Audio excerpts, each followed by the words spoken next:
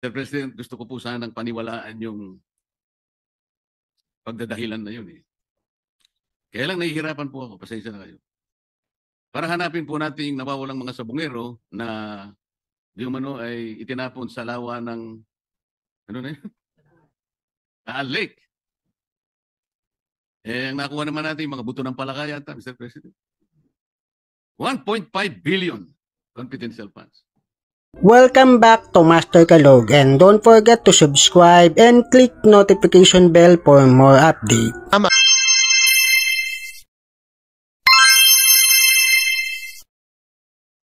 Nakita ko po dito sa ating mga pinagbabasihang mga dokumento, ang DOJ pala, Mr. President, ay meron ding mga malalaking confidential funds. Magmula noong 2020, medyo maliit lamang yun, 193 million. Pumalo ng 216 million, 2021. Bumaba ng konti, 176 million, 2022. Umarangkada na naman noong 2023, 526 million. Bumaba ng 2024, 168 million na lang. Bigla na naman pumitada ng 2025, 1.5 billion. At ngayon po sa GAB natin na isinumite rito, Mr. President, Mr. Sponsor, 364 million na lang. Pero dinagdagan po natin sa ating committee report, Mr. President, Mr. Sponsor, ginawa uli natin na 729 million. Hindi ko po masyadong nasasakyan, Mr. President, kung bakit noong 2025, tumas po ng 800% ang confidential funds ng Office of the Secretary of Justice. Bakit po, Mr. President? Tama ho kayo, Mr. Senator Marcoleta. Yung pag-increase po ng confidential fund sa Office of the Secretary, ito po ay request ng ahensya in the context nitong mga nangyayari ho sa atin ngayon sa flood control issues at mga iniimbestigahan ho nila. Ito po ay ginagamit nila sa pagkukuha ng mga information, pagkukuha po ng mga ebidensya at ina-anticipate ho nila na in the following year tuloy-tuloy rin po yung pag-iimbestiga ho nila. So in fact during the if you remember, I think you were there during the budget hearing, isa po rin to sa mga tanong ko bakit from 1.1 billion yung confidential funds bumagsak po siya sa 34 million. Dahil ang konteksto ho nito ang daming iniimbestigahan, ang dami pong personalities na lumalabas. So after they realized na ganun ho talaga ang mangyayari, they requested for an additional 180 million, which we find reasonable in today's context. Mr. President, yung 2025 po na 1.5 billion, nauna na pong nailatag ito bago pa dumating ang iskandalo ng flood control. Paano po na project na darating ang iskandal? Ho yun, hindi ba ho yun? I was pertaining to the 2026 po. Hindi po, ang sinasabi ko yung... Ay, 2025? Hindi ko po masakyan. From 168 million ay naging 1.5 billion po noong 2025, lumundag po ng mahigit 800%. Hindi po pwede sigurong gamiting katwiran dahil nga naglabasan ng flood control. Wala pa pong flood control scandal nung ito po ay mailatag, Mr. President. Yung aking paliwanag, Mr. President, is for the 2026 budget kasi diretso ho namin kausap si Secretary Vida. And in fact during the hearing, kung matatandaan nyo, sinabi ko bakit ang liit considering na ang daming investigahan. So nagmuni-muni ho sila at bumalik ho dito at humingi po ng 180 million. Pero po yung 2025 po, yung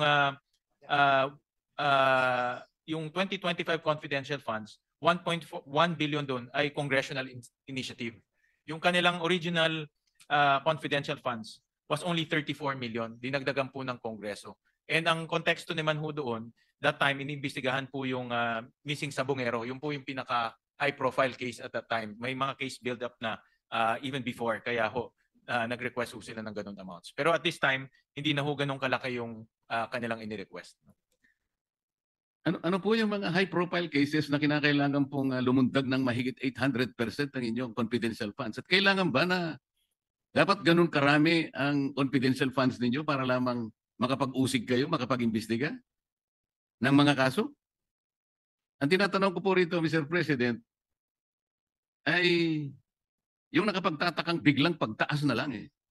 Na kung ipaliliwanag in general terms na kasi po merong mga high profile, hindi po natin masusukat sa pamagitan ng ganong klaseng pangangatwiran lang. Pondo po ito na bigla na lamang umakyat ng ganong kalaki.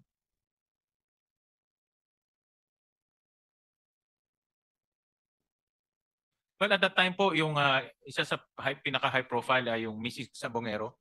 At alam naman ho natin prior to the flood control, ito talaga yung binibigyan ng malaking diin na isang tabi lang ngayon because of the flood control. But at the time, full force of DOJ ang nag-iimbestiga ho nito. At maraming headways na. In fact, nakita na nila yung mga patay sa Laguna Lake at yung mga buto sa Laguna Lake. So, yun po isa sa mga high profile cases na inimbestigahan nila. Meron rin pong mga cases doon sa mga detention facilities po natin, yung mga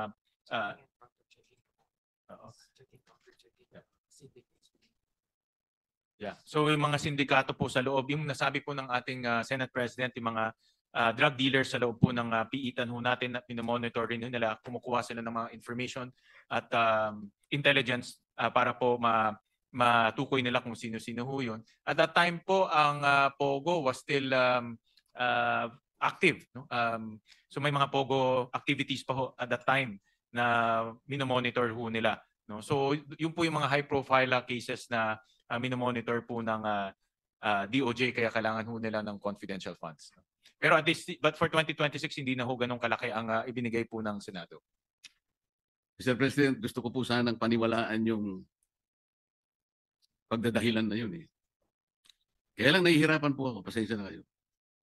Para hanapin po natin yung nawawalang mga sabungero na di umano ay itinapon sa lawa ng ano na yun?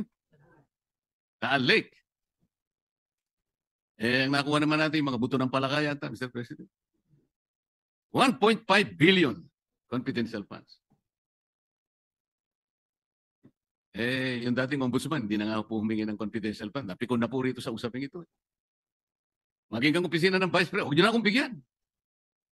Pero kayo po, Mr. President, maski na po yung 729 million 2026, nalalakihan pa rin po ako eh. Nakita ko po kasi, tingnan po ninyo yung Office of the Alternative Dispute Resolution. Para sa akin po, ito'y napaka-importanting opisina, Mr. President. Alternative Dispute Resolution. Kung ito po ay mabibigyan ng impetus, kung ito po ay bibigyan nyo ng atensyon, at hindi mamaliitin ang opisinang ito, bago pa ito ma-ripen into a case, kung talagang ganap na matitrain ng mga tao na nandito sa opisinang ito, napakalaki po ng igiginhawa ng ating justice system. Sipin ninyo, hindi matutuloy ang dispute. Napakarami ang ating may iwasan. Pati resources ng government, makukonserve natin. Isip-isipin po ninyo. 2025 GAA, 160 million. 2026 NEP, 160 million pa rin. HGAB, 160 million pa rin. Mr. President, pati ba naman tayo, 160 million pa rin. Nakakawawa naman itong opisinang ito. Minumungkahin ko sana, Mr. President, kahit hindi pa panahon ng amendment, sa tamang panahon po siguro, tapyasin na lang po natin itong confidential fund ng Office of the Secretary na 729, hatiin natin. Ibalik natin sa 364.8 million. Yung 365 million ilagay po natin sa Office of the Alternative Dispute Resolution. Para sa ganun po kahit na 500 million lang. Lumakas ang loob po ng mga kawani rito. Huwag po nating mamaliitin ito, Mr. President. Malaking bagay po ito. Kung tayo po'y naniniwala ng mga Pilipino ay hindi naman palaaway talaga at ang mamahalan, dito lamang po, Mr. Secretary of Justice, na acting ka pa lang yata. Bakit hanggang ngayon acting ka pa lang? You're not supposed to answer that. It's addressed to the sponsor. Opo, hindi pa po siya nako-confirm, Mr. President. So, acting but with the full-fledged powers of the Secretary, Mr. President. Well, Mr. President, just to be fair lang ho, noong 2025, ang kanilang confidential funds is 34 million. Ang nagdagdag po ay Kongreso. Hindi ho sila ang nagdagdag. So at that time, 2025, I assume na yung mga legislators nakita na marami silang hinahawakan na kaso, marami ho silang hinahawakan na investigation, so dinagdagan po ng Kongreso at that time. And this year naman po, if you break down the 729, 500 million of those will go to the Witness Protection Program, no? Na kasi nga and ongoing to, alam naman ho natin, ang dami ho nag-a-apply sa Witness Protection Program at marami ho dito sa mga nag-a-apply ay mayroong direktang information, direktang impormasyon kung sino-sino po yung mga sangkot dito sa flood control issue. So kaya rin po nag-request ho silang dagdagan. So ito naman po ay meron mga justification sa pagdagdag, depende ho sa situation. At ini-evaluate naman po ng committee pag nagre-request sila. In fact, kaya sinabi ho namin na hindi ho pwedeng bumalik to sa dating bilyones, no? Magre-request lang ng reasonable amount depending on the task ahead in 2026. Oo nga po, Mr. President. So kung kayo po'y pumapayag, total 364.8 million naman sila sa ITSGAB. Ibalik na lang natin doon para po yung kalahati, kagaya ng aking pong pinapanukala, ibigay po natin sa opisina ng Office for Alternative Dispute Resolution. Magiging 500 million o 600, halos 500 million po siguro. Mr. President, Mr. Sponsor, kayo na po ang chairman ng Committee on Finance, baka sakali pong, para po lumakas ang loob naman ng opisinang ito na talagang makatulong po sa pagre-resolve ng mga disputes ng ating mga kababayan. Maraming salamat po sa Mongkay, Senator Marcoleta. Alam ko isa sa mga advocacy niyo is itong alternative dispute resolution. Tama ho kayo na ang Pilipino po mapagmahal, no? At ayaw ho natin ng gulo at away.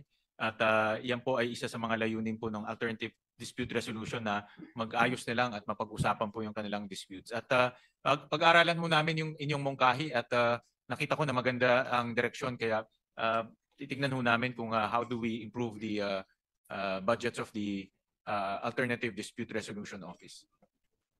Parang nakikita ko po at nararamdaman, pumapayag po kayo, Mr. Sponsor. Basta kayo po nag-suggest, sigurado po ako na ano ho yan, mahalaga ho yan. Salamat po. Kaugnay sa mga impormasyon na inyong nalaman at sa mga issue na kaakibat nito, mahalaga ang inyong opinion at katwiran. Don't forget to subscribe, like, and share. Thank you for watching.